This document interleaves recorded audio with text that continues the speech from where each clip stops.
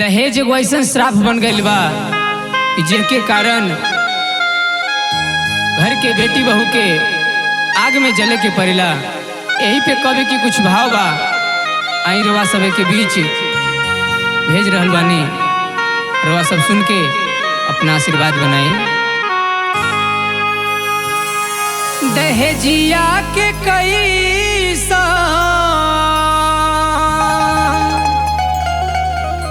चलनिया हो राम, बनी कैसे बेटी दुल्हनिया हो राम, बनी कैसे बेटी दुल्हनिया हो राम। दहेजिया के कैसन, दहेजिया के कैसन चलनिया हो राम, बनी कैसे बेटी दुल्हनिया हो राम, बनी कैसे बेटी दुल्हनिया हो राम।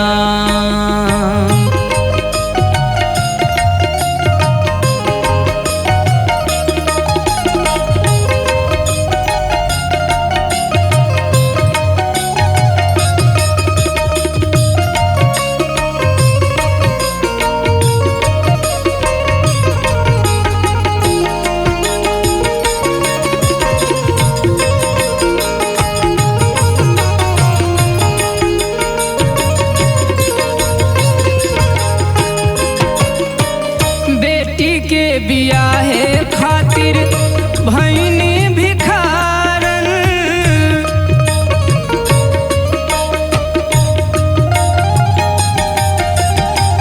सोना चांदी बेच दिहनी बेटी के कारण।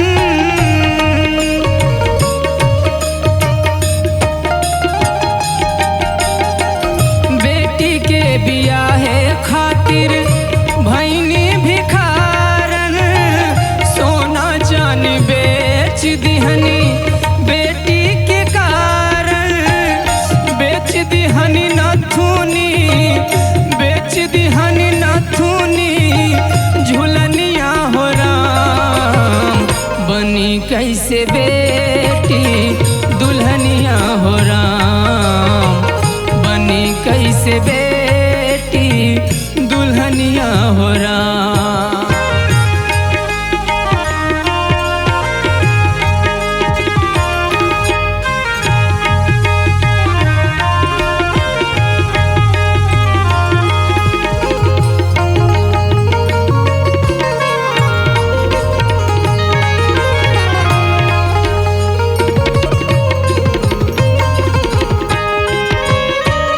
शादी से पहले मांगे टीवी स्कूटर,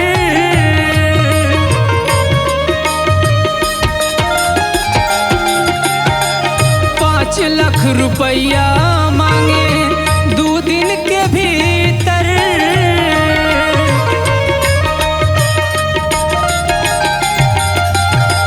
शादी से पहले मांगे टीवी स्कूटर, 5 लाख रुपया मांगे 2 दिन के भीतर।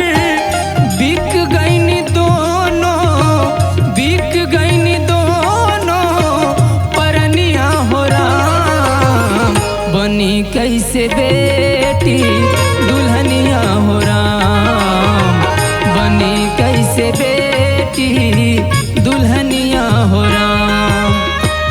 दहेजिया के कैसन, दहेजिया के कैसन चलनिया हो राम, बनी कैसे बेटी दुल्हनिया हो राम।